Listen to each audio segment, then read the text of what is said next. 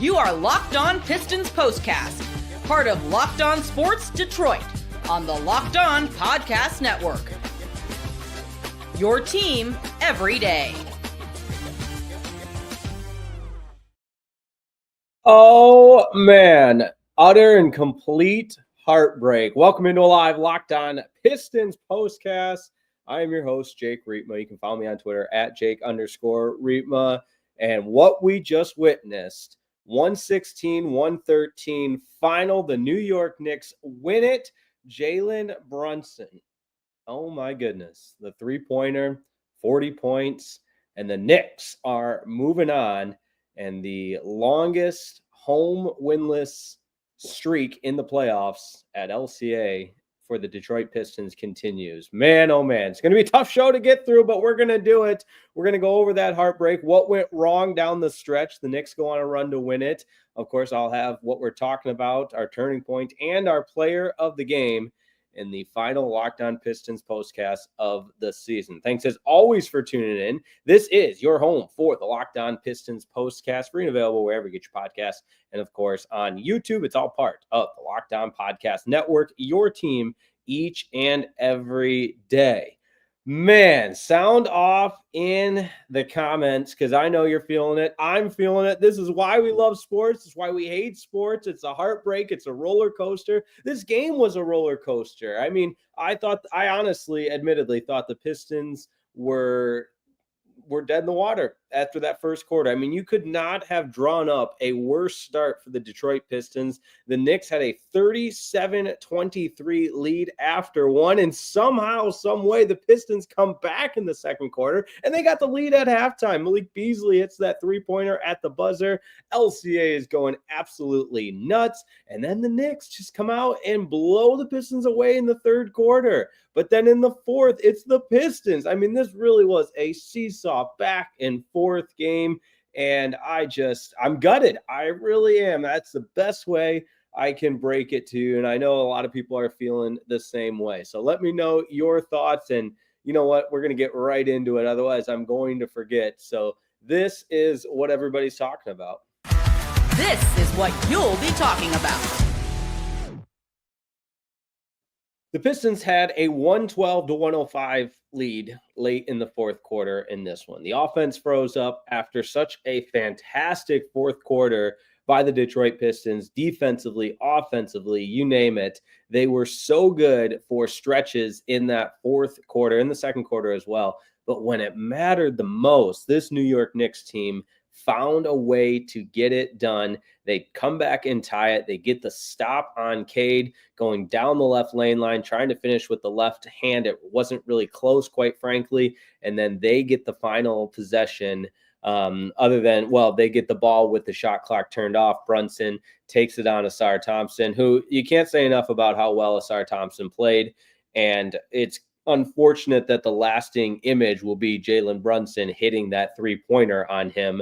And ultimately that being the image of this series where, again, Jalen Brunson he called game. He's a certified scorer, certified bucket getter, professional scorer, whatever the terminology is. He hunts the whistle. He does all of that. But, man, at the end of the day, he willed the New York Knicks to victory. And it just absolutely guts me and breaks my heart to have to admit that. Now, the final possession, I guess, is a better way to put it, because the Pistons still had a couple of seconds left. Malik Beasley was a fraction of a second from having a wide open look at the horn to tie it when the ball goes through his hands. And again, I don't think your career is defined by one play, and the Pistons aren't there without Malik Beasley, of course. He had a big first half.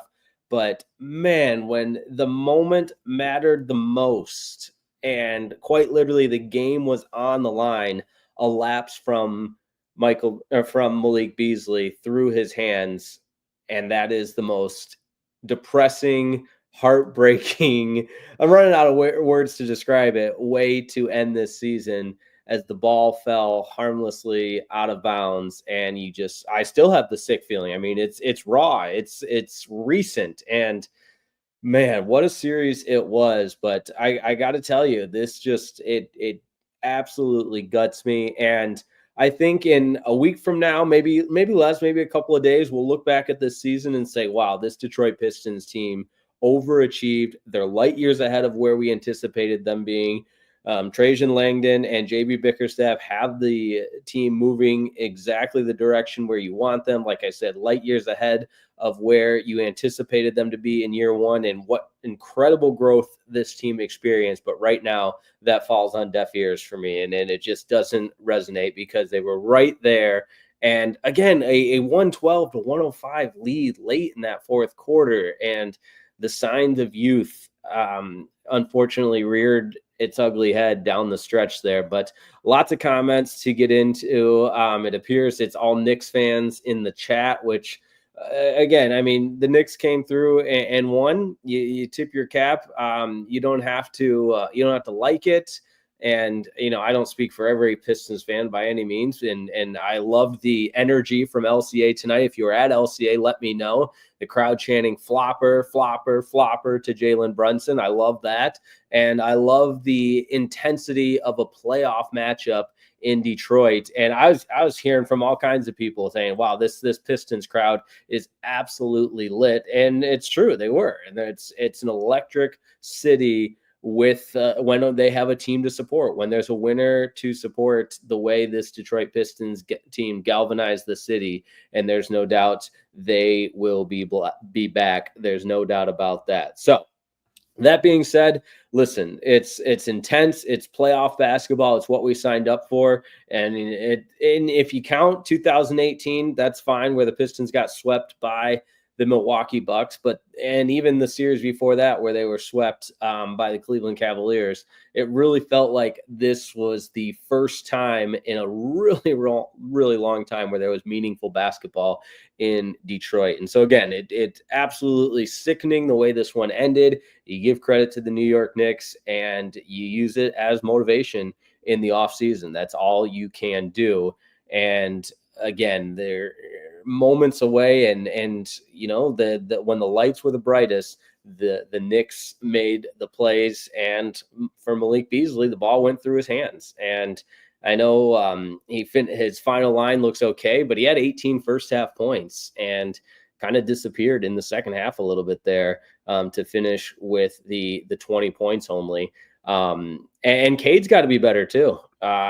Tim Hardaway Jr.'s got to be better. This unfortunately in a really important, well, obviously important, an elimination game at home.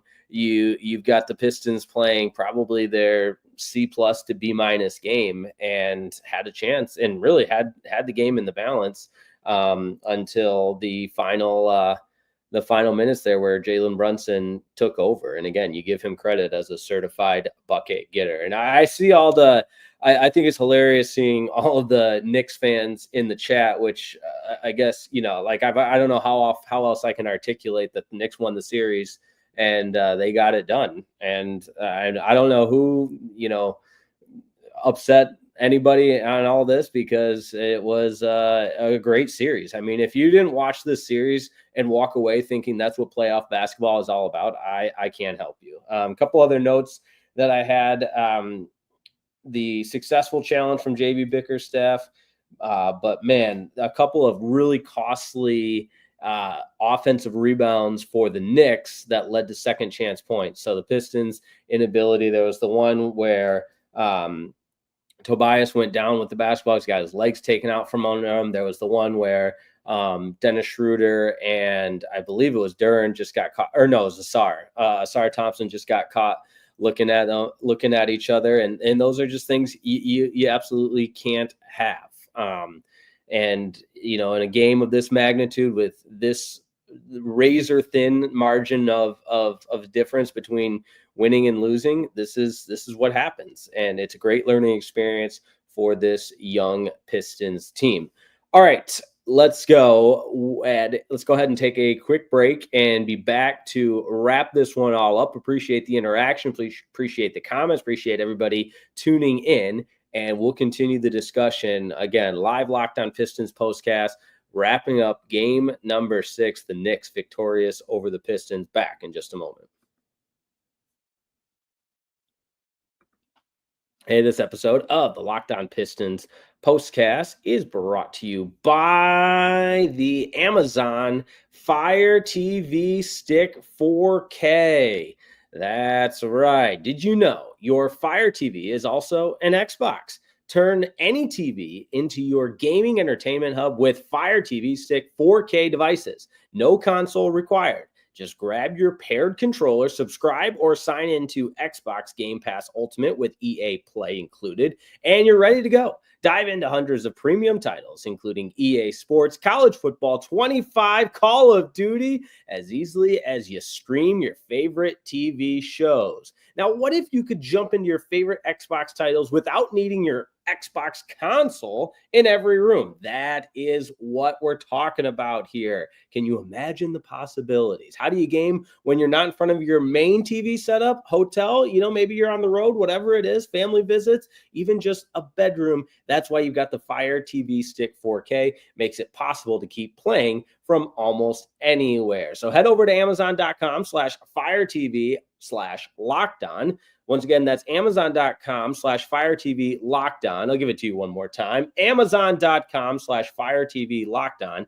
to get started. Xbox Game Pass Ultimate subscription and compatible controller required. Available on select devices, including Fire TV Stick 4K 2nd Gen, Fire TV Stick 4K Max 1st and 2nd Gen, and Fire TV Cube 3rd Gen. Once again, that's amazon.com/firetv locked on.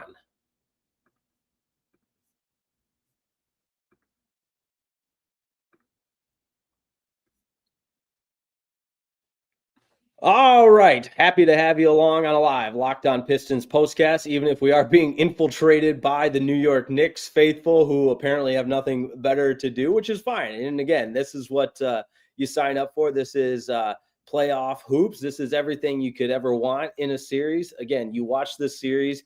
Every single game was hotly contested. Every single game was physical. Every single game was close. And I don't know how you walk away from that series saying anything other than, wow, job well done. And if you're the Knicks, yeah, you won the series. If you're the Pistons, man, this is a bitter taste in your mouth, but you find a way to you find a way to use this as motivation in the offseason.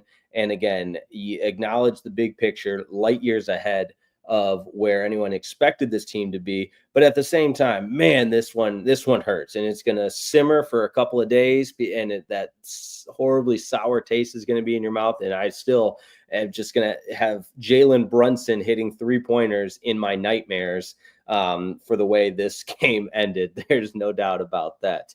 All right. Now, let's go ahead and get to a few of our others. I guess we'll knock out this one right away. It's the turning point. Time to reveal where the game was won or lost. It's the turning point.